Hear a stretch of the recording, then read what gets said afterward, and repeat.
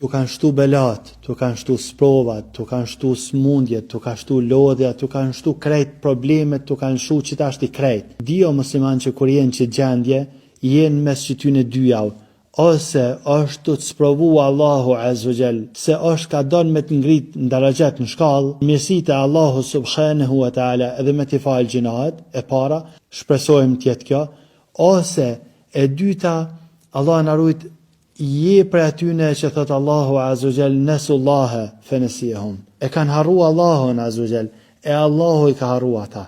Je për atyne që korës të ka kujtu Allahu Azza tash provohet që është me jetu pa ndihmën e Allahu Azza provohet me jetu që është kur Allahu Azza nuk ndihman.